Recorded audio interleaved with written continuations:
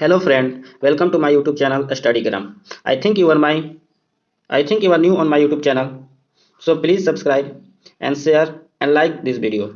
मैंने इस चैनल पर इंग्लिश, मैथ और सारे कुछ जो कॉम्पिटेटिव एग्जाम के लिए जो कंपलसरी सब्जेक्ट है उन सभी की चर्चा करेंगे और वैसे ही टॉपिक की चर्चा करेंगे जो एग्जाम से रिलेटेड हो और एग्जाम में आने की पूरी संभावना हो। तो प्लीज़ हमारे चैनल को सब्सक्राइब कीजिए और चैनल के प्ले स्टोर में जाकर आप वीडियो को देख सकते हैं। तो इसके पहले मैंने प्रोनाउंस की वीडियो डाली, पार्ट 1 डाल रखी थी जिसमें मैंने प्रोनाउन की चर्चा की और उसमें कितने पार्ट्स होते हैं उसको बताया और उसमें 1 या 2 पार्ट्स को भी कंप्लीट किया। इस वीडियो में मैं प्रोनाउन को पूरे कंप्लीट कर दूंगा। तो आइए हम शुरू करते हैं प्रोनाउन को।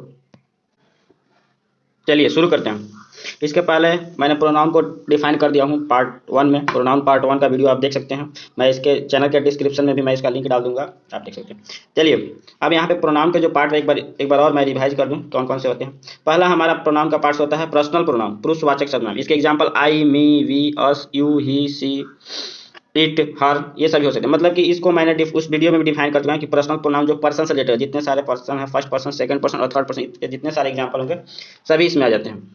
चलिए दूसरा हमारा है पोसेसिव प्रोनाउन, अधिकारवाचक सर्वनाम। इसके example mine, ours, yours, his, hers, theirs, ये अधिकार बताने वाले जो सर्वनाम है। थर्ड हमारा है डेमोन्स्ट्रेटिव प्रोनाउन, संकेतवाचक सर्वनाम, जो डेमोन्स्ट्रेट करेंगे, वस्तु को दिखाएंगे, जैसे this, that, these, those, such.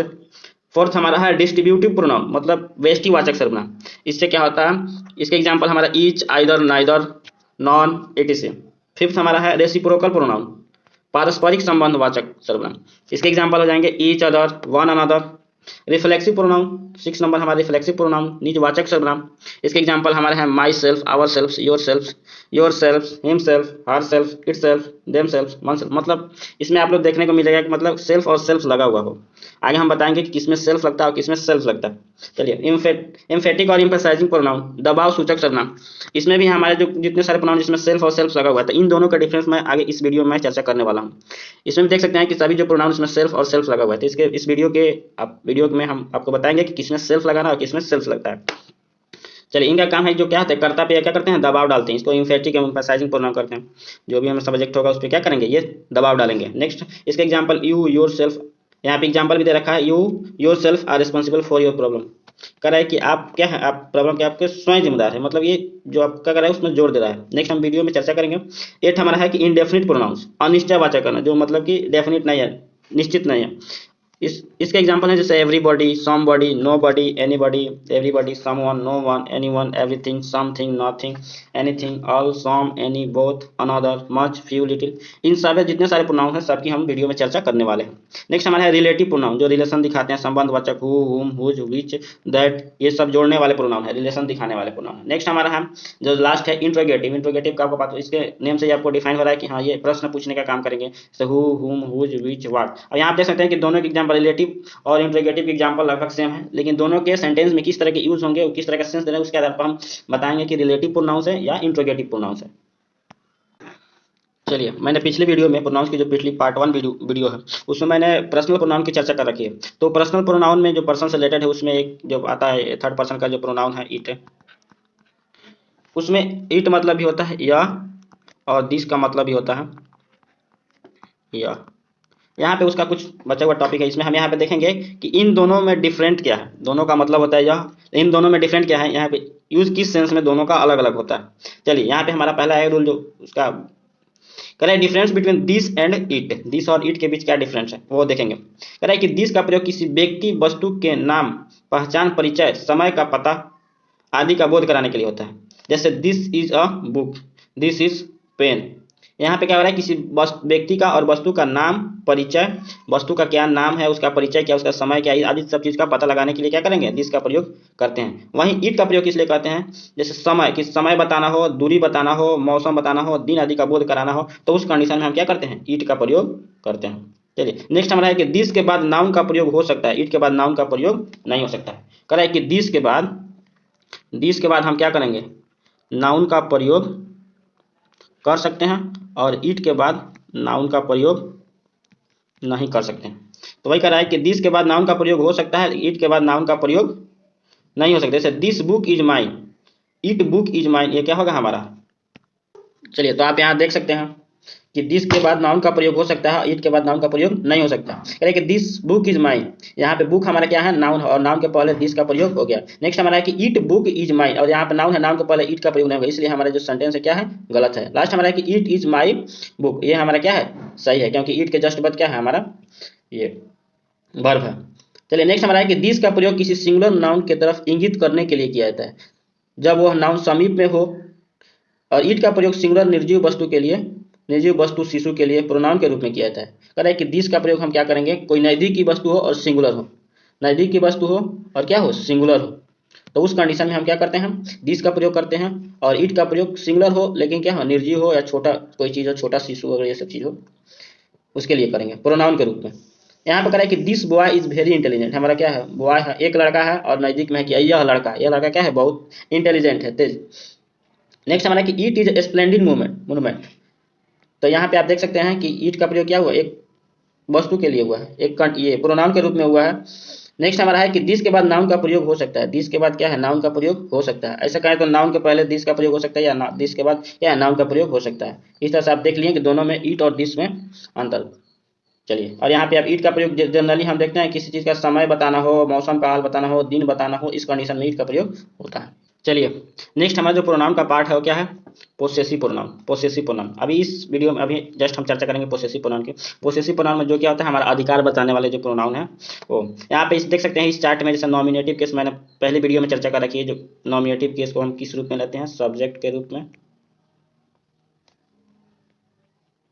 Subject के रूप में। वही ऑब्जेक्टिव केस होते हैं तो उसको ऑब्जेक्ट के रूप में। तो आपको उसमें मैंने चार्ट भी दिखाया कि प्रोनाउन को कैसे उसके रूप चेंज होते हैं, आई, माइन, मी, माइन, ये सब कैसे चेंज होता है, वी का आवर, आवर्स होता है। अब यहाँ पे आप देख सकते हैं कि ये हमारा नॉमिनेटिव केस में इसका कैसे, यहाँ पे पोसेसिव एडजेक्टिव और पोसेसिव प्रोनाउन। तो यहाँ पे आप ध्यान रखना है कि जब भी जो प्रोनाउन है किसी नाउन के पहले आए, नाउन के पहले अगर प्रोनाउन आए तो वहाँ पे प्रोनाउन के रूप में वो नहीं रह जाएगा, उसको एडजेक्टिव हो जाएगा। क्योंकि हम पहले ही पढ़ चुके हैं कि प्रोनाउन किसके, नाउन के बदले में आता है, नाउन के बदले में आता है, बदले में आ सकता है लेकिन साथ में नहीं आ सकता।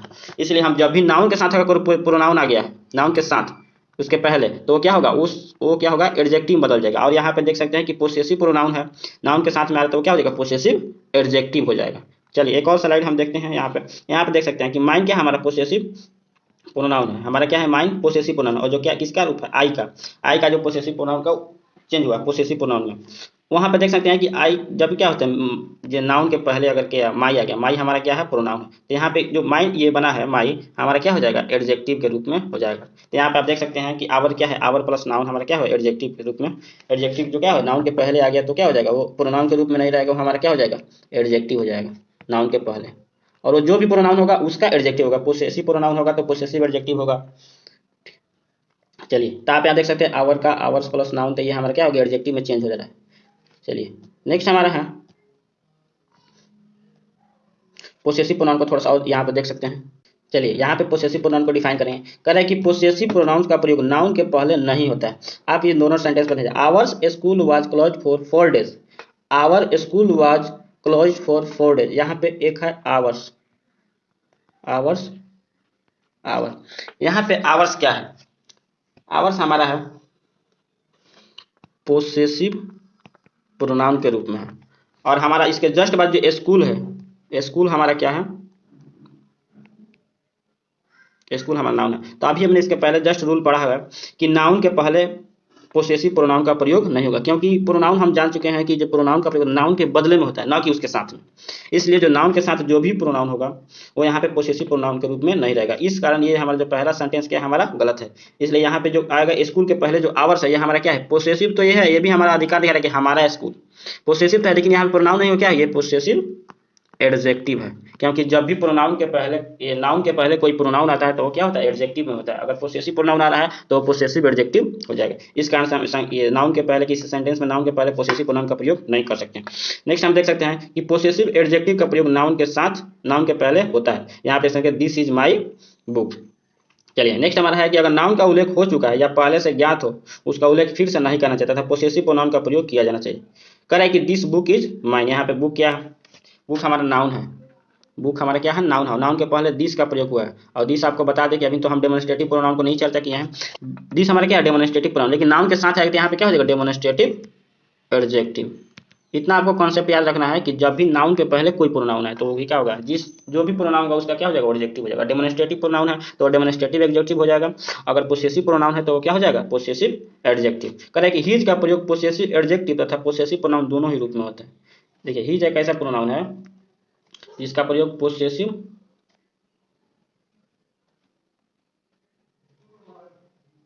करें कि हीज एक ऐसा प्रोनाउन है, हीज एक ऐसा जिसका पोसेसिव प्रोनाउन के रूप में यूज होता है और पोसेसिव एडजेक्टिव के रूप में भी यूज होता है। चलिए नेक्स्ट हमारा कह रहा है, कह रहे हैं कि इट का प्रयोग पोसेसिव एडजेक्टिव के रूप में होता है और ईट का प्रयोग क्या होता है, पोसेसिव एडजेक्टिव के रूप में होता है, लेकिन पोसेसिव प्रोनाउन के रूप में नहीं होता है। चलिए ये थोड़ा कॉन्सेप्ट है जो आपको याद रखना। देखिए हम तो केवल ऐसे डिफिनेशन, केवल उस चीज़ का याद रखना वो चीज़ नहीं है, उस चीज़ का यूज कैसे होगा। हम मेनली फोकस करेंगे जो प्रोनाउन के जो पार्ट्स हैं उनका यूज सेंटेंस में किस किस कंडीशन में होता है और किस किस कंडीशन में नहीं होता है, इस चीज़ पे हम विशेष फोर्स करेंगे। ठीक है, चलिए रूल सेकंड देखते हैं पोसेसिव प्रोनाउन का। यहाँ पे कह रहा है थोड़ा सा, इसको देख सकते हैं कि पोसेसिव प्रोनाउंस का प्रयोग किसी सेंटेंस के वर्ब के सब्जेक्ट के रूप में होता है। चलिए यहाँ पे आप सेंटेंस आपको दिख रहा है, यहाँ पे कह रहा है कि पोसेसिव जो प्रोनाउंस है का प्रयोग किसी सेंटेंस के वर्ब के सब्जेक्ट के रूप में। इसमें इस दोनों सेंटेंस में इज क्या है हमारा वर्ब और इसका सब्जेक्ट क्या है हमारा योर्स है, योर्स है। कह रहा है कि यहाँ पे देख रहे हैं कि जस्ट वर्ब के पहले जो ये तो ये किस रूप में है, पोसेसिव प्रोनाउन के रूप में। ठीक है, जो नेक्स्ट सेंटेंस है हमारा कह रहा है कि यहाँ पे नाउन और नाउन के जस्ट पहले यहाँ पे क्या है, योर आ गया और योर हमारा क्या है, पोसेसिव एडजेक्टिव है, पोसेसिव एडजेक्टिव। यानी सेंटेंस की जो कोई नाउन है, नाउन के जस्ट पहले जो क्या होगा, जो भी प्रोनाउन आएगा वो किस कंडीशन में आएगा, एडजेक्टिव के रूप में, नाउन के साथ प्रोनाउन के रूप में नहीं आ सकता है। ठीक है, चलिए कि इस सेंटेंस का जो सब्जेक्ट जो हमारा क्या है, योर्स है, वो किस रूप में है, पोसेसिव प्रोनाउन के रूप में है। और इस सेंटेंस का जो हमारा वर्ब का जो सब्जेक्ट है योर का, ये किस कंडीशन में है, पोसेसिव एडजेक्टिव के रूप में।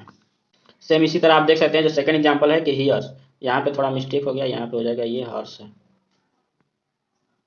हर्ष is a beautiful house, hers house is a beautiful house. यहाँ पे देख सकते हैं कि जो हर जो है, हर और हर्ष वो भी क्या है, एक जगह प्रोनाउन पे देख सकते हैं कि हाउस हमारा नाउन है, नाउन से जस्ट पहले अगर हर लगाए तो ये किस रूप में होगा, ये पोसेसिव एडजेक्टिव के रूप में, एडजेक्टिव के रूप में। और यहाँ पे इसके जस्ट पहले ये लगा हुआ वर्ब के जस्ट पहले, तो क्या ये प्रोनाउन लगा हुआ है कि पोसेसिव प्रोनाउन क्या किसी सेंटेंस का सब्जेक्ट के रूप में होता है। ठीक है, नेक्स्ट हम देखते हैं। चलिए हमारा नेक्स्ट जो रूल है कह रहा है कि इसके पहले वाले रूल में मैंने क्या किया, पोसेसिव प्रोनाउन का प्रयोग किस रूप में किया था, सब्जेक्ट के रूप में हो सकता है। अब यहाँ पे देखना है कि पोसेसिव प्रोनाउन का प्रयोग किसी सेंटेंस के वर्ब का जो ऑब्जेक्ट है, यहाँ पे देखना है ऑब्जेक्ट के रूप में भी होता है। कह रहा है कि पोसेसिव प्रोनाउन का प्रयोग किसी सेंटेंस के वर्ब का ऑब्जेक्ट के रूप में होता है। कह रहा है कि ही हैज लॉस्ट, यहाँ पे ए नहीं रहेगा, he has lost my book as well as yours. कह रहा है कि इस सेंटेंस में हमारा क्या कर रहा है, वर्ब क्या है हमारा लॉस्ट, और कह रहा है लॉस्ट का जो क्या लॉस्ट कर रहा है, माई बुक, तो इसलिए माई बुक हमारा क्या हो जाएगा, ऑब्जेक्ट हो जाएगा। और माई और बुक यहाँ पे देखना है कि माई हमारा क्या है, हमारा क्या है, पोसेसिव प्रोनाउन है। नेक्स्ट सेंटेंस में आप देख सकते हैं he has lost my books as well as your books. Next हमारा कि save your time and mind too. चलिए जिस तरह से पहले आप सेंटेंस में देख रहे थे हमारा जो ऑब्जेक्ट क्या हो गया, ये जो योर्स है हमारा क्या है, पोसेसिव प्रोनाउन है और किस रूप में यूज हुआ है, ऑब्जेक्ट के रूप में। उसी तरह सेकंड सेंटेंस में देखेंगे save your time and mind, इसमें क्या है कि अपना समय क्या कर बचाओ और मेरा भी बचाओ। इस कंडीशन में हमारा जो माइंड भी हो जाएगा, क्या हो जाएगा, हमारा पोसेसिव प्रोनाउन है और पोसेसिव प्रोनाउन यहाँ पे किस कंडीशन में यूज हुआ है, ऑब्जेक्ट के रूप में। तो इस तरह से हमने सेकंड और थर्ड रूल से क्या सीखा कि पोसेसिव प्रोनाउन का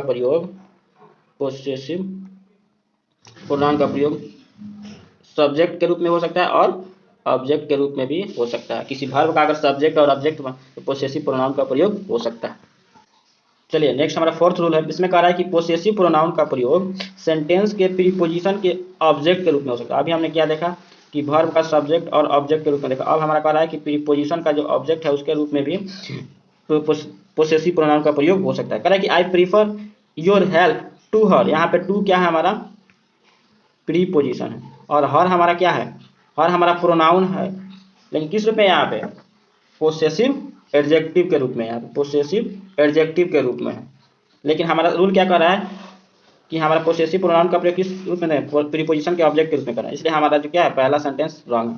नेक्स्ट हमारा है कि I prefer your help to hers, यहाँ पे ये हमारा सेंटेंस सही है क्योंकि हर क्या है, यहाँ पे जो हर्स क्या है हमारा पोसेसिव प्रोनाउन है, पोसेसिव प्रोनाउन है। चलिए नेक्स्ट उसी तरह के आगे, your house is better than my, यहाँ पे जो प्रोनाउन यूज हुआ कि माई, माई हमारा क्या है बताइए, माई हमारा है पोसेसिव एडजेक्टिव, पोसेसिव एडजेक्टिव। जो हमारा सेंटेंस क्या है हमारा गलत है क्योंकि यहाँ पे देन क्या है हमारा प्रीपोजिशन है। नेक्स्ट हमारा देन के बाद हमारा क्या है पूरी पोसेसिव एडजेक्टिव का प्रयोग है, लेकिन हमारा रूल क्या कह रहा है कि किसी सेंटेंस में क्या हो रहा है, सेंटेंस में प्रीपोजिशन है, प्रीपोजिशन के ऑब्जेक्ट के रूप में क्या हो सकता है पोसेसिव प्रोनाउन का प्रयोग हो सकता है। इस तरह से हमारा माइन क्या हो गया, माइन हमारा है पोसेसिव प्रोनाउन। इस तरह से हमारा ये भी सेंटेंस सही है। तो आप देख सकते हैं कि प्रोनाउन का प्रयोग किस वर्ब का सब्जेक्ट के रूप में और ऑब्जेक्ट के, देखिए पोसेसिव जो प्रोनाउन है उसका प्रयोग क्या होगा, वर्ब का सब्जेक्ट के रूप में और उसके ऑब्जेक्ट के रूप में, प्रीपोजिशन का ऑब्जेक्ट के रूप में। ये 3 रूल हमने पढ़ लिया। हमारा जो 5th रूल क्या करा है कि पोसेसिव प्रोनाउन में एस के पहले एपोस्ट्रोफी का प्रयोग नहीं करना होता है और योर्स हर्स इत्यादि का प्रयोग क्या है गलत होता है। मतलब कि हमको क्या करना है, जो पोसेसिव प्रोनाउन है उसमें एपोस्ट्रोफी का लगाना गलत है। इसके अंदर कह रहा है कि the bear had a ring around its nose, यहाँ पे देखना है कि जो हमारा पोसेसिव प्रोनाउन इट है इसमें क्या एस लगा, इसलिए हमारा एक सेंटेंस क्या हो गया गलत हो गया। नेक्स्ट हमारा कह रहा है कि the bear had a ring around its nose, यहाँ पे एपोस्ट्रोफी का प्रयोग नहीं हुआ। आप जैसे देखते हैं कि ये इट्स और ये जो कॉमा होता है इसी क्या बोलते हैं एपोस्ट्रोफी, एपोस्ट्रोफी।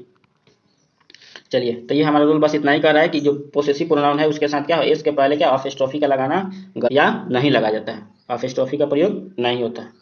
चलिए हमारा 6th रूल क्या कह रहा है, पोसेसिव प्रोनाउन का जो हमारा 6th रूल है कह रहा है कि जेरंड पोसेसिव एडजेक्टिव का प्रयोग, जेरंड के पहले क्या होता है पोसेसिव एडजेक्टिव का प्रयोग होता है। जेरंड आपको क्या होता है, जो वर्ब 1 + ing फॉर्म यूज होता है उसको क्या बोलते हैं, जेरंड के रूप में इसको यूज करते हैं। और कह रहा है कि इसको वर्ब 4 भी बोलते हैं। कह रहा है कि जेरंड के जो पहले क्या होगा पोसेसिव एडजेक्टिव का प्रयोग होता है, न कि पोसेसिव प्रोनाउन का। यहाँ पे आप ध्यान से देखना है कि यहाँ पे पोसेसिव एक प्रोनाउन है और उसमें पोसेसिव एडजेक्टिव है। तो वही कह रहा है कि जब जेरंड होगा उस कंडीशन में पोसेसिव एडजेक्टिव का प्रयोग होगा, पोसेसिव प्रोनाउन का प्रयोग नहीं होगा, पोसेसिव एडजेक्टिव का प्रयोग होगा। और एडजेक्टिव का होगा जब पोसेसिव प्रोनाउन किसी नाउन के पहले आएगा, नाउन के पहले अगर पोसेसिव प्रोनाउन आ जाएगा, पोसेसिव प्रोनाउन आ जाएगा तो क्या होगा पोसेसिव एडजेक्टिव के रूप में होगा। चलिए तो वही कह रहा है कि it was confident of my winning the match. अब यहाँ पे देखिए विनिंग क्या हो गया, हमारा सब्जेक्ट और इसके पहले जो ये नाउन हो गया और नाउन के पहले हमारा क्या है माई आ गया। इस तरह से आप देख सकते हैं कि जितने भी जेरंड है इसके पहले क्या हुआ, ये पोसेसिव एडजेक्टिव का प्रयोग हुआ है। इस तरह से यहाँ पे देखें डूइंग के पहले जो हर हमारा क्या है पोसेसिव एडजेक्टिव है। यहाँ पे विनिंग के पहले जो हमारा माई क्या है, इस सेंटेंस में देख सकते हैं कि माई और हर ये क्या है, ये दोनों क्या है पोसेसिव एडजेक्टिव है। कब क्यों है, क्योंकि इसके जस्ट बाद में जो वर्ड यूज होगा क्या होगा नाउन है। तो नाउन के पहले जब पोसेसिव प्रोनाउन आएगा तो किस रूप में होगा पोसेसिव एडजेक्टिव के रूप में। चलिए नेक्स्ट हमारा जो प्रोनाउन है रिफ्लेक्सिव प्रोनाउन कह रहा है कि जब वाक्य में स्वयं खुद को अपने आप को जैसे शब्दों का प्रयोग हो तो उस कंडीशन उस प्रोनाउन को क्या कहते हैं रिफ्लेक्सिव प्रोनाउन। मतलब रिफ्लेक्ट होकर खुद पे आ रहा है, स्वयं पे आता है, उस चीज का जिम्मेदार मैं स्वयं हूँ, खुद हूँ। कह रहा है कि जैसे example the poor man poison मतलब क्या कि उसने जहर खा लिया, हिमसेल्फ मतलब स्वयं खुद ही, हिज चिल्ड्रेन।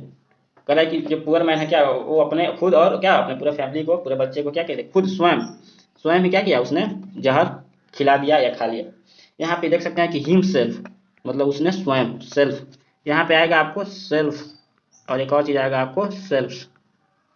तो जो सिंगुलर जो हमारा प्रोनाउन होगा उसके साथ हम सेल्फ लगाएंगे और जो प्लूरल प्रोनाउन होगा उसके साथ क्या लगाएंगे, जो हमारा प्लूरल होगा, एक सेकेंड, जो हमारा प्लूरल होगा, जो प्लूरल प्रोनाउन होगा उसके साथ क्या रहेगा सेल्फ। इस चीज को आपको ध्यान रखना है, सेल्फ और सेल्फ का प्रयोग।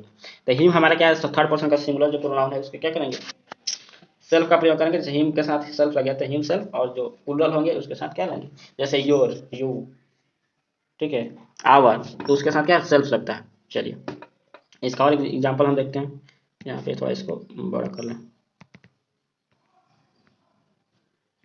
यहाँ पे आप देख सकते हैं हमने रिफ्लेक्सिव प्रोनाउन का प्रयोग किया जिसमें स्वयं खुद ही इस सेंस में अपने आप, इस सेंस में अगर सेंटेंस में आ रहा हो तो उसमें क्या करें, रिफ्लेक्सिव प्रोनाउन करेंगे, उस वर्ड को क्या करें, रिफ्लेक्सिव प्रोनाउन करेंगे। जैसे यहाँ पे कुछ वर्ड दिया गया, जैसे अवेल, एवेंस, अप्लाई, प्राइड, ये सारे वर्ड क्या, इसको रिफ्लेक्सिव प्रोनाउन के रूप में इस वर्ब का प्रयोग हम लोग करते हैं। जैसे सेंटेंस में आप देख सकते हैं कि you should avail your self, यहाँ पे your self of this opportunity, करे क्या, आपने क्या स्वयं क्या, तुमको खुद इसका क्या, इस अपॉर्चुनिटी का, इस मौका का क्या करना चाहिए, फायदा उठाना चाहिए। योर सेल्फ, तुमको मतलब खुद, आपको खुद स्वयं। नेक्स्ट हमारा कि you will have to apply yourself to this task whole heart, करें कि इस टास्क को क्या करना, आपको खुद क्या करना चाहिए, अप्लाई करना, इस पर आपको खुद ही ध्यान देना, स्वयं ध्यान देते हैं। यहाँ पे योर सेल्फ करें कि I pride myself on being able to work smoothly under pressure too, यहाँ पे देखना है कि हमको जो क्या करें, प्राइड होना चाहिए, क्या होना, गर्व होना चाहिए। करें किस में होना चाहिए, माई सेल्फ, मुझे स्वयं होना चाहिए। तो इस कंडीशन में जो भी जो इस सेंटेंस में आपकी your self, your self, your self, उसके साथ आया माई सेल्फ, माई सेल्फ, ये सारे जितने वाई हैं, इसे सेल्फ और सेल्फ लगा हुआ जितने होंगे वो क्या होंगे, रिफ्लेक्सिव प्रोनाउन, क्या होंगे, रिफ्लेक्सिव प्रोनाउन। चलिए, तो जिस सेंटेंस में क्या कोई भी काम हुआ, कोई भी वर्ब हुआ, उससे स्वयं पे उसका जिम्मेदार, उसका चीज क्या है, मैं स्वयं हूँ, जो करता जो क्या वो क्या खुद उसका जिम्मेदार है, स्वयं पे अपने आप में इस तरह का सेंटेंस से आ रहा हो, तो उस कंडीशन में जो भी प्रोनाउन होगा वो किस रूप में होगा, रिफ्लेक्सिव प्रोनाउन होगा। और जनरली इसके साथ क्या हो, जो प्रोनाउन के साथ सेल्फ और सेल्फ लगा हुआ रहता है। चलिए नेक्स्ट हमारा जो रूल कर रहा है कि जैसे कीप, कुछ वर्ड दिए, keep, stop, turn, qualify, Beth, move, rest, hide के साथ रिफ्लेक्सिव प्रोनाउन का प्रयोग नहीं होता है। जैसे सेंटेंस में जैसे you should keep your self away from bad boys, करें कि यहाँ पे योर सेल्फ को क्या करना है, यहाँ पे आप देखें ना, कीप के साथ क्या करना है आपको, ये कुछ ऐसे वर्ड दिए जिनके साथ क्या होता है, रिफ्लेक्सिव प्रोनाउन का प्रयोग नहीं होता है, तो आपको थोड़ा सा माइंड में याद रखना है। तो यहाँ पे योर सेल्फ हमारा क्या है, रिफ्लेक्सिव प्रोनाउन, इसलिए सेंटेंस से क्या करना है, रिफ्लेक्स योर सेल्फ को हटा देना है, क्या करना है, हटा देना है, तभी हमारा सेंटेंस क्या होगा, सही होगा। नेक्स्ट हमारा ही hide himself in the room, कर रहा है कि हिड और हाइड होगा, उस कंडीशन में क्या करेंगे, हिमसेल्फ, ये रिफ्लेक्सिव प्रोनाउन का प्रयोग नहीं करना, इस कंडीशन से भी क्या करना है, इसको भी, इस चीज को भी यहाँ से क्या करना है, रिमूव कर देना है, क्योंकि हिड के प्रयोग, हिड के साथ और कीप के साथ stop, turn, qualify, Beth, move, ये सारे कुछ वर्ड इनके साथ क्या करना है, रिफ्लेक्सिव प्रोनाउन का प्रयोग नहीं करना है। हमारा रूल क्या कह रहा है कि सब्जेक्ट अथवा ऑब्जेक्ट के रूप में रिफ्लेक्सिव प्रोनाउन का प्रयोग तब तक नहीं करना चाहिए, कह रिफ्लेक्सिव प्रोनाउन का प्रयोग, रिफ्लेक्सिव प्रोनाउन का प्रयोग सब्जेक्ट और ऑब्जेक्ट के रूप में तब तक नहीं करना जब तक उस नाउन और प्रोनाउन का उल्लेख सेंटेंस में उससे पहले हुआ हो। अगर उससे पहले बाई सेल्फ और ये सब आने के पहले अगर उस नाउन या प्रोनाउन का उल्लेख हुआ हो तभी कर सकते हैं, अदरवाइज नहीं कर सकते। तो यहाँ पे पहला सेंटेंस में आप देख सकते हैं कि my self Ramesh from Delhi, तो इस सेंटेंस में जो हमारा नाउन क्या है, रमेश और दिल्ली है, इन दोनों की चर्चा क्या है, माई सेल्फ जो यहाँ पे यूज हुआ है, माई सेल्फ, वो क्या उससे पहले इसकी कोई चर्चा नहीं, इसलिए इस सेंटेंस में हमारा क्या हो गया, गलत होगा। अगर इस सेंटेंस में माई सेल्फ की जगह पर लिख दिया, अगर आई एम लिखा जाए तब जाके ये सेंटेंस क्या होगा, हमारा सही होगा, क्योंकि जो हमारा नाउन और प्रोनाउन सेंटेंस में उसकी पहले चर्चा नहीं हुई, जस्ट पहले माई सेल्फ ही आ गया, इसलिए अगर उससे पहले अगर इसकी चर्चा हुआ रहता तो उस कंडीशन माई सेल्फ अगर लगाते तो हमारा सेंटेंस क्या होता, सही होता। लेकिन नाउन और प्रोनाउन की पहले उल्लेख नहीं है, फिर भी हमारा माई सेल्फ पहले से स्टार्ट हो गया, इसलिए हमारा सेंटेंस क्या है, गलत है। नेक्स्ट हमारा क्या, yourself and he reach there in time, यहाँ भी देखना है कि यहाँ पे जो नाउन, यहाँ पे प्रोनाउन ही है, जो हमारा प्रोनाउन ही है, ठीक है, तो इस कंडीशन में इसकी चर्चा पहले नहीं हुई, पहले हम क्या करें, रिफ्लेक्सिव प्रोनाउन से इसकी शुरुआत कर दी, इसलिए इस कंडीशन में भी ये भी हमारा सेंटेंस क्या है, गलत है। यू के योर सेल्फ की जगह क्या होगा, यू रहना चाहिए केवल, तब जाके हमारा सेंटेंस क्या होगा, सही है। नेक्स्ट हमारा क्या, Rohit will do this work for my self, यहाँ पे देख सकते हैं कि माई सेल्फ की चर्चा क्या है, किया हुआ है, लेकिन इससे पहले उस नाउन की क्या हो गया है, चर्चा हो चुकी है, नाउन उसके पहले हमारा क्या है, नाउन आ चुका है, इस कंडीशन में हमारा क्या है, सॉल्व। यहाँ पर रिफ्लेक्सिव प्रोनाउन का यूज हुआ है, तो इस कंडीशन में हमारा क्या है, ये जो सेंटेंस है हमारा सही है, क्योंकि उससे पहले उससे संबंधित नाउन और प्रोनाउन की चर्चा क्या है, पहले हो चुकी है। रोहित जो हमारा नाउन है उस सेंटेंस में पहले आ चुका है, उसके जस्ट बाद में हमारा क्या है, रिफ्लेक्सिव प्रोनाउन का प्रयोग हुआ है। तो हमारा रूल वही कर रहा है कि जब सब्जेक्ट और ऑब्जेक्ट के रूप में रिफ्लेक्सिव प्रोनाउन का प्रयोग तब तक नहीं होगा जब तक उससे पहले नाउन या प्रोनाउन की चर्चा नहीं, उल्लेख नहीं हो गया। चलिए नेक्स्ट हमारा जो प्रोनाउन है, डिस्ट्रीब्यूटिव प्रोनाउन। डिस्ट्रीब्यूट मतलब बांट देना, एक कर देना, सिंगल कर देना। चलिए यहाँ पे इसका देख सकते हैं आप, करें कि इसमें दो आते हैं, एक आइदर, इसके एग्जांपल है एक आइदर और एक नाइदर।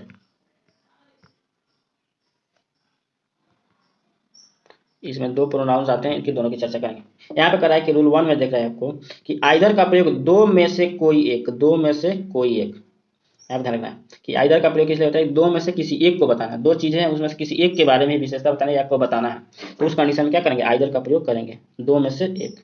चलिए केवल अभी इसके आइदर की ही चर्चा करते हैं। ये क्या कर रहा है, दो में से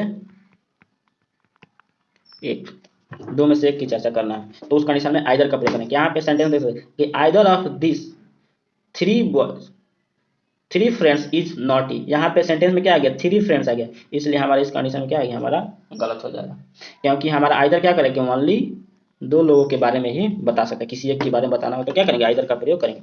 सेकंड है either of these two pens use करेंगे, इन दोनों पेन में से क्या है, एक क्या है, रेड है, इसलिए ये हमारा सेंटेंस क्या है, सही है।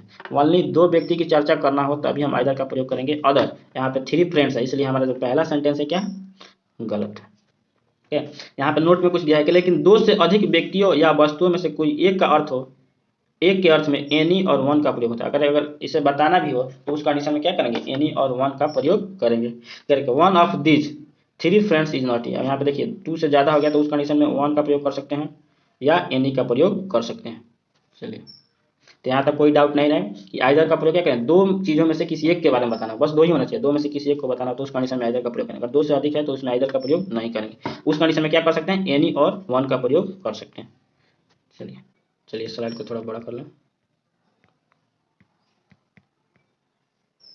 चलिए देखते हैं नेक्स्ट हमारा जो डिस्ट्रीब्यूटिव प्रोनाउन का जो नेक्स्ट जो एग्जांपल है नाइदर। चलिए नाइदर, नाइदर क्या है कि नाइदर के बाद दो में से कोई भी नहीं, करे कि दो में से कोई भी नहीं, आइदर क्या था, दो में से एक, दो में से एक।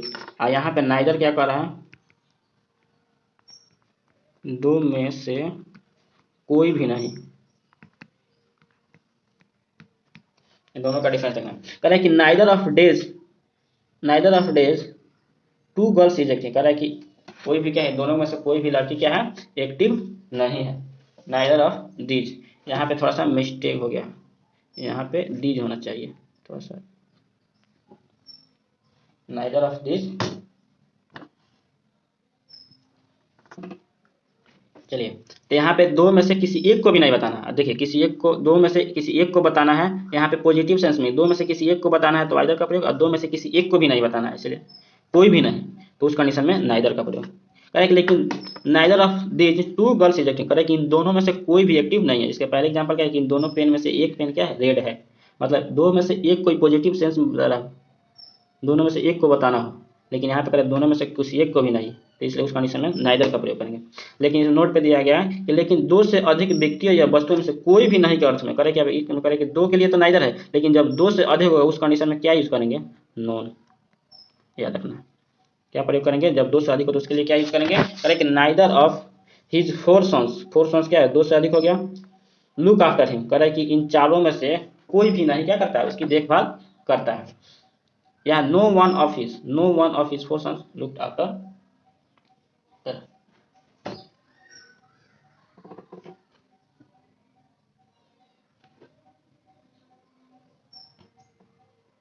तो इस कंडीशन में हमारा पहला क्या है, फोर, यहाँ पे फोर सन्स है, उसमें क्या करेंगे, नाइदर का प्रयोग नहीं करेंगे। इसमें पहला सेंटेंस हमारा गलत हो गया।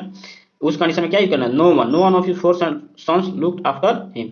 और यहाँ पे नाइदर का प्रयोग कब करना है कि दो में से कोई एक भी नहीं, और यहाँ पे तो फोर सन्स हो गया, दो से अधिक हो गया, इसलिए हमारा पहला सेंटेंस क्या है, गलत है। और जब दो से अधिक की बात होगी तो उस कंडीशन में हम क्या करेंगे, नो वन का प्रयोग करेंगे, इसलिए हमारा दूसरा सेंटेंस क्या है, हमारा सही है। चलिए नेक्स्ट हमारा प्रोनाउन जो है रेसिप्रोकल प्रोनाउन। क्या है, रेसिप्रोकल प्रोनाउन, इसका हिंदी क्या आता है, पारस्परिक संबंध। मतलब कि समझ सकते हैं कि एक दूसरे से, इस कंडीशन सेंस में इसका यूज कर सकते हैं, एक दूसरे से। करें कि ईच अदर और वन अनदर को क्या कहते हैं, रेसिप्रोकल प्रोनाउन। दो है, ईच अदर और वन अनदर, ईच अदर और वन अनदर क्या कहते हैं, रेसिप्रोकल प्रोनाउन कहते हैं। पहला हमारा इसका रूल क्या कर रहा है कि ईच अदर का प्रयोग दो व्यक्तियों वस्तुओं के लिए होता है, दो व्यक्ति वस्तु के लिए क्या होगा, ईच का प्रयोग।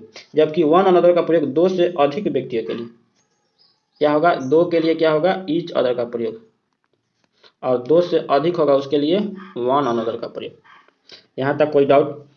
कह रहे कि ही वॉज अफ्रेड, एग्जाम्पल के रूप में देख सकते, he was afraid that his knee knocked each other, कह रहा है कि वह डरा हुआ, क्यों, क्योंकि जो उसकी नी है, घुटने क्या एक दूसरे से नॉक्ड मतलब मुड़े हुए हैं। कह रहा है कि और घुटने क्या दो होते हैं, उस कंडीशन में आप क्या है, ईच अदर क्या है, जो उसके घुटने हैं उन दोनों के लिए ईच अदर का प्रयोग है, एक दूसरे से क्या हुआ, मुड़े हुए हैं।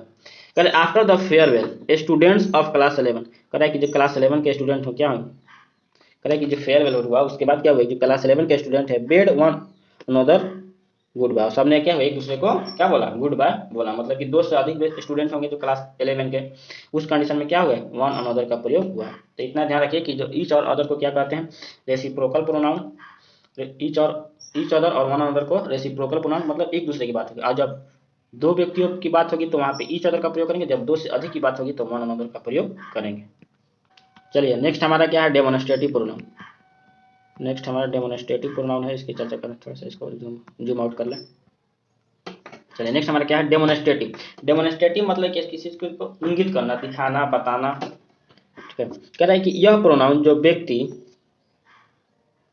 यह जो प्रोनाउन क्या है, जो व्यक्ति या वस्तुओं को पॉइंट आउट करने के लिए, पॉइंट आउट का मतलब या डेमोन्स्ट्रेट करने के लिए या संकेतिक करने के लिए, जो संकेतिक करने के लिए या बोल सकते हैं कि प्रदर्शित करने के लिए, किस लिए यूज होता है इसका, प्रदर्शित करने के लिए। देखिए मैंने आपको पहले ही बोल रखा है कि मैं इसके डेफिनेशन को कम डील करूंगा, मैं इस चीज़ का यूज कहाँ कहाँ करें, क्योंकि जो आगे के एग्जाम में जाओगे कॉम्पिटेटिव एग्जाम में, तो जनरली इसके यूज से रिलेटेड ही चीज़ें आती है। आप तो डिफिनेशन वगैरह कहीं से रट के उसके कोई फायदा नहीं, इतना बस जान लीजिए कि कौन कौन से प्रोनाउन है, डेमोन्स्ट्रेटिव में कौन से प्रोनाउन आते हैं, रेसिप्रोकल में कौन से आते हैं, और उनका यूज किस किस कंडीशन में होता है, इन चीज़ों पर ज़्यादा फोकस करना। चलिए तो डेमोन्स्ट्रेटिव क्या करना, डेमोन्स्ट्रेट करना, पॉइंट आउट करना, चीज़ों को, व्यक्ति वस्तुओं को क्या करना, पॉइंट आउट करने का काम है। संगठित करना, इंगित करना, बताना, दर्शाना, इस कंडीशन में क्या होगा, डेमोन्स्ट्रेटिव प्रोनाउन का प्रयोग होगा। ठीक है, कह रहे कि इसमें एग्जांपल में क्या क्या आते हैं, दिस, दैट, दीज, दोज, सच। कह रहे इनका प्रयोग जब नाउन के पहले होता है तो ये क्या हो जाता है, डेमोन्स्ट्रेटिव एडजेक्टिव। इसके पहले हमने क्या पढ़ा था कि पोसेसिव प्रोनाउन पढ़ा था। पोसेसिव प्रोनाउन भी जब नाउन के पहले आएगा तो क्या हो जाएगा, ये भी एडजेक्टिव हो जाएगा। उसी तरह डेमोन्स्ट्रेटिव प्रोनाउन है, जब नाउन के साथ आएगा, नाउन के साथ आएगा तो क्या हो जाएगा, ये भी एडजेक्टिव हो जाएगा। कौन सा एडजेक्टिव हो जाएगा, डेमोन्स्ट्रेटिव एडजेक्टिव। वही कह रहा है कि जब इसका प्रयोग नाउन के पहले होगा तो क्या हो जाएगा, डेमोन्स्ट्रेटिव एडजेक्टिव। चलिए इसका एग्जांपल देख लेते हैं। चलिए इसका एग्जांपल क्या करा है, फर्स्ट जो हमारा रूल क्या करा है कि दिस का प्रयोग, इसमें दिस आया था,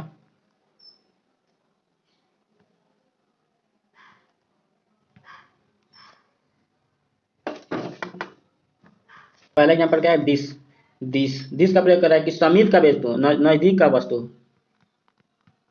नजदीक का हो और क्या हो, सिंगुलर हो। और दीज का प्रयोग नजदीक का हो और प्लस क्या हो, प्लुरल हो, तो उसके लिए दीज का प्रयोग। चलिए कह रहा है कि दिस का प्रयोग क्या होता है, समीप की एक व्यक्ति या वस्तु के लिए होता है। वही दीज का प्रयोग क्या हो, समीप का हो और एक से अधिक हो। कह रहा है कि दिस इज ए कैट, यह एक बिल्ली है, तो उस कंडीशन में दिस का प्रयोग। कह रहा है कि दीज आर कैट, क्या यह क्या है, बिल्लियां हैं, मतलब एक से अधिक है, तो वहां पे दीज का प्रयोग। चलिए नेक्स्ट हमारा है रूल 2 क्या कर रहा है कि दैट का प्रयोग, उसी तरह हमारा दैट है, दैट का प्रयोग क्या होगा, एक व्यक्ति वस्तु के लिए होगा, लेकिन क्या वहां पे वो क्या होना चाहिए, दूर होना चाहिए। दूर का होगा, दूर का एक होगा तो दैट का प्रयोग, और नजदीक का एक होगा तो दिस का प्रयोग। और दूर का ज्यादा एक से अधिक होगा तो उस कंडीशन में दोज का प्रयोग, और नजदीक का एक से अधिक होगा तो दिस का प्रयोग। ठीक है, कह रहा है कि दैट का प्रयोग दूर की एक व्यक्ति या वस्तु के लिए होता है, जबकि दोज का प्रयोग दूर की एक से अधिक व्यक्ति या वस्तु के लिए होता है। तो आप एग्जांपल में देख सकते हैं कि दैट इज अ बुक, मतलब वह एक किताब है, दोज आर ये सभी क्या है, किताबें हैं।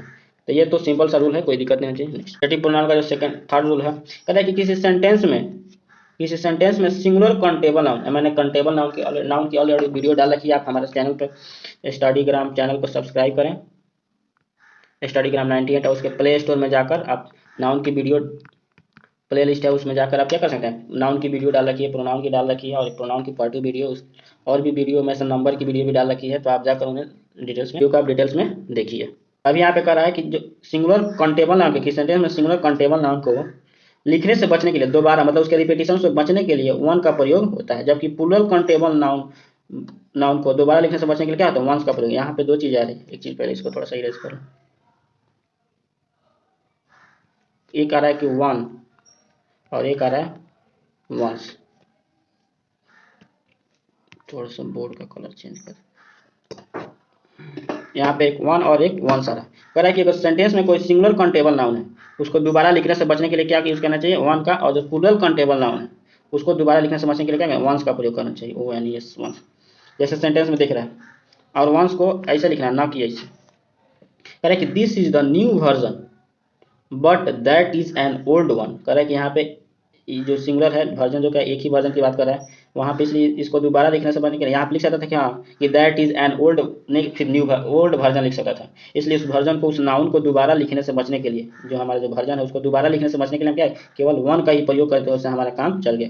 या सिंगल है तो वन का प्रयोग करना, वन का प्रयोग करना है, ठीक है। नेक्स्ट आगे these are new books, these are क्या है, new books, but those are old ones. कह रहा है कि ये सभी क्या है, नई किताबें, लेकिन ये सभी क्या है, पुराने हैं। तब ये सभी वहाँ पे अगर वंस नहीं लिखता हमको क्या, फिर से हमको बुक्स लिखना पड़ता है। तो नाउन की जो क्या हमारा ये जो कंटेबल नाउन है उनकी क्या रिपीटेशन हो रहा है, दोबारा लिखने से बचने के लिए हम क्या कर रहे हैं, वन और वंस का प्रयोग कर रहे हैं। ये हमारा सिंगुलर के लिए और हमारा प्लूरल के लिए। हमारा नेक्स्ट जो प्रोनाउन है रिलेटिव प्रोनाउन, रिलेटिव मतलब जो रिलेशन बताएगा, क्या करेगा, जोड़ने का काम करेगा, जोड़ने का जो काम करेगा उस प्रोनाउन को क्या करेंगे, रिलेटिव प्रोनाउन करेंगे। जो प्रोनाउन जोड़ने का कार्य करता है उसे रिलेटिव प्रोनाउन कहते हैं। और इस एग्जांपल क्या आ गया, who, which, that, what, why. कह रहा है कि I meet Veena, Veena who was returning from school. यहाँ पे दो चीजों को क्या करें, जो हु है वो क्या करें, जोड़ रहा है। यहाँ पे हु जोड़ने का करें, हु मतलब तो जनरली हम जानते हैं कि हु मतलब होता है कौन, लेकिन यहाँ पे कौन का सेंस में नहीं हो रहा है, जो। कह रहे कि आई मीट वीना, कह रहे कि मैं वीना से मिला, जो who was returning from school, जो क्या स्कूल से रिटर्न हो रही थी। तो यहाँ पे दोनों क्या करना, जोड़ने का काम है, जो का काम, यानी यहाँ पे प्रश्न नहीं पूछ रहा है, कौन नहीं पूछ रहा है, यहाँ पे उस कंडीशन नहीं हो रहा है, यहाँ पे दोनों सेंटेंस को, दो सेंटेंस को क्या कर रहा है, जोड़ने का काम कर रहा है। इस कंडीशन में क्या रिलेटिव प्रोनाउन है। चलिए रिलेटिव प्रोनाउन का जो कुछ रूल है उस रूल को हम थोड़ा देख लें। चलिए यहाँ पर रूल्स को हम एक बार देख लेते हैं। कह रहा है कि जो फर्स्ट रूल क्या है, relative pronouns who, which, that का प्रयोग सब ऑर्डिनेट क्लास के सब्जेक्ट के रूप में होता है। कह रहे कि the boy who came here is a player. कह रहे कि जो लड़का है वो क्या यहाँ रहा है, वो क्या है, एक प्लेयर। यहाँ पे हु का प्रयोग हुआ है, थोड़ा सा और बढ़कर, चलिए। तो यहाँ पे इस कंडीशन में हु क्या है, हमारा रिलेटिव प्रोनाउन। सेकंड जो है रिलेटिव प्रोनाउन, प्रोनाउंस हुम, विच, दैट का प्रयोग सब ऑर्डिनेट क्लाउज में वर्ब के ऑब्जेक्ट के रूप में होता है। यहाँ पे अभी हमने क्या देखा कि सब्जेक्ट के रूप में होता है, थोड़ा इसको,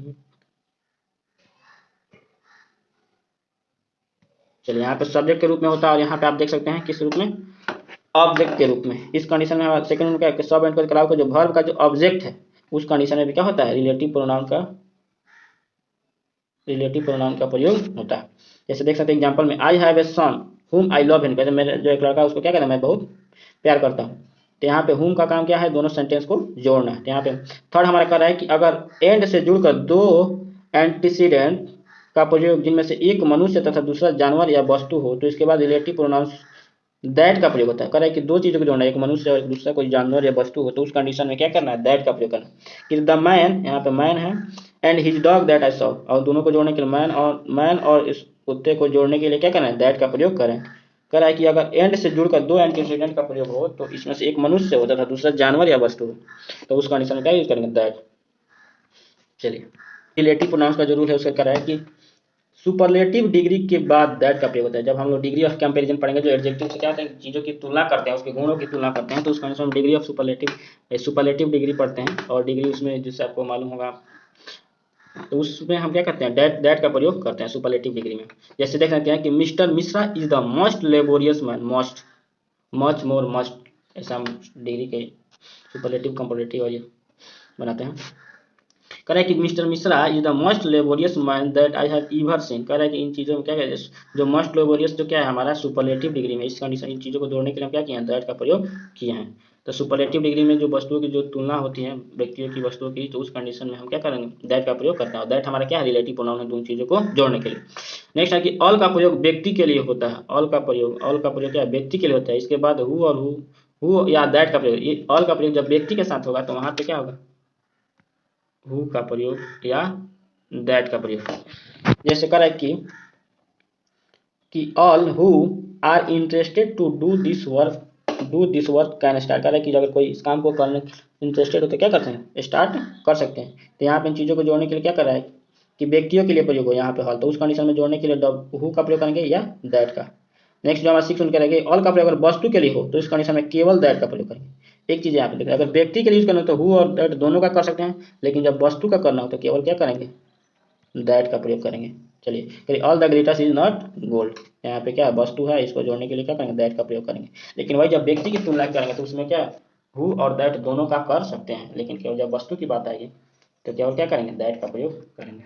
चलिए जो रिलेटिव प्रोनाउन का जो 7th रूल है वो क्या करा है कि everything, everything, nothing, the only, any, all, everyone, no one, no, nobody, much, little, the, same, the few, the little के बाद दैट का प्रयोग कर, इतने सारे जो रिलेटिव प्रोनाउन है इन सभी के बाद क्या होता है, दैट का प्रयोग। बस इतना आपको याद रखना है। My father has given me everything, मेरे पिताजी मुझे सब दिया है क्या, दैट आई नीड, मतलब जिन चीज़ों की हमको क्या है जरूरत है। यहाँ पे दैट क्या हो गया, रिलेटिव प्रोनाउन।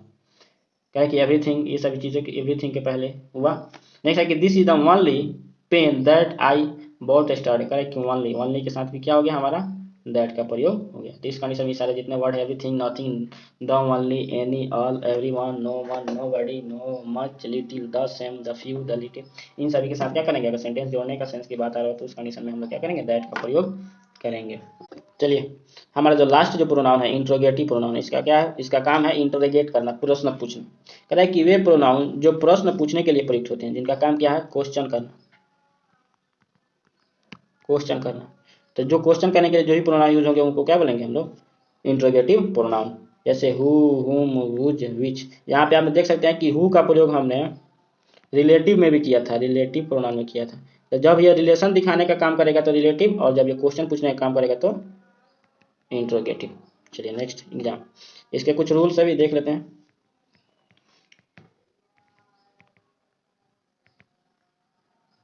चलिए कह रहा है कि जब दो या दो से अधिक में से एक का चुनाव करना हो तो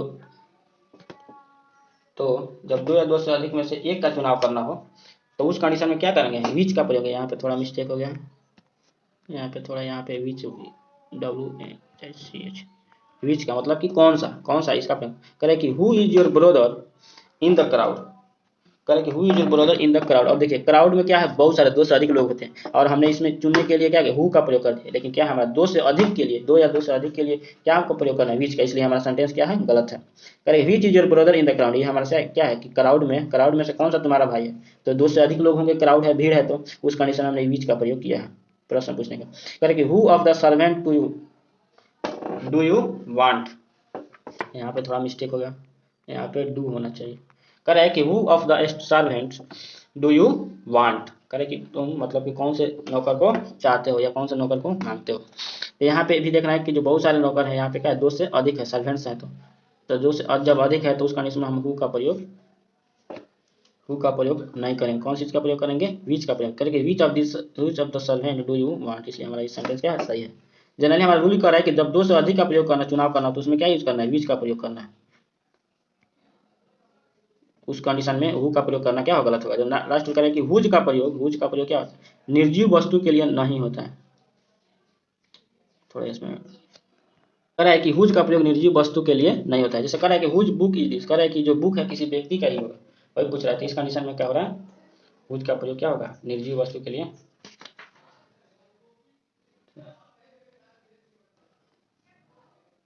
चलिए यहाँ तक हमारा, इसी के साथ हमारा जो ये प्रोनाउन का जो पार्ट 2 था ये कंप्लीट हो गया। इसके साथ हमारा पार्ट 1 और पार्ट 2 दोनों कंप्लीट हो गया प्रोनाउन का। अगर आप हमारे चैनल पर नए हैं तो चैनल पे जाके चैनल को सब्सक्राइब कर सकते हैं। चैनल का नाम है स्टडीग्राम 98। चैनल को सब्सक्राइब करें, और जो हमारा प्ले लिस्ट है, प्ले लिस्ट में जो भी बहुत सारे इंग्लिश की वीडियो है, मैथ्स की है, ठीक है, और भी इंपॉर्टेंट वीडियो मैं आगे की जरूर वीडियो अपलोड करूंगा। इसमें मैंने जो भी नाउन पढ़ा है और प्रोनाउन जो भी पढ़ा है उसमें मैंने फोकस किया कि कॉम्पिटेटिव लेवल के एग्जाम से, मतलब कि डिफिनेशन तो सभी लोग कैसे भी देख लेंगे, लेकिन उसके जो रूल्स हैं एग्जाम में कैसे, क्वेश्चन में कैसे अप्लाई होते हैं, उन चीज़ों को मैंने ज़्यादा फोकस किया। अगर आपको वीडियो अच्छा लगा हो तो चैनल को सब्सक्राइब करें, लाइक करें। अगर किसी तरह कोई सजेशन हो तो आप कमेंट में बता सकते हैं। Thank you.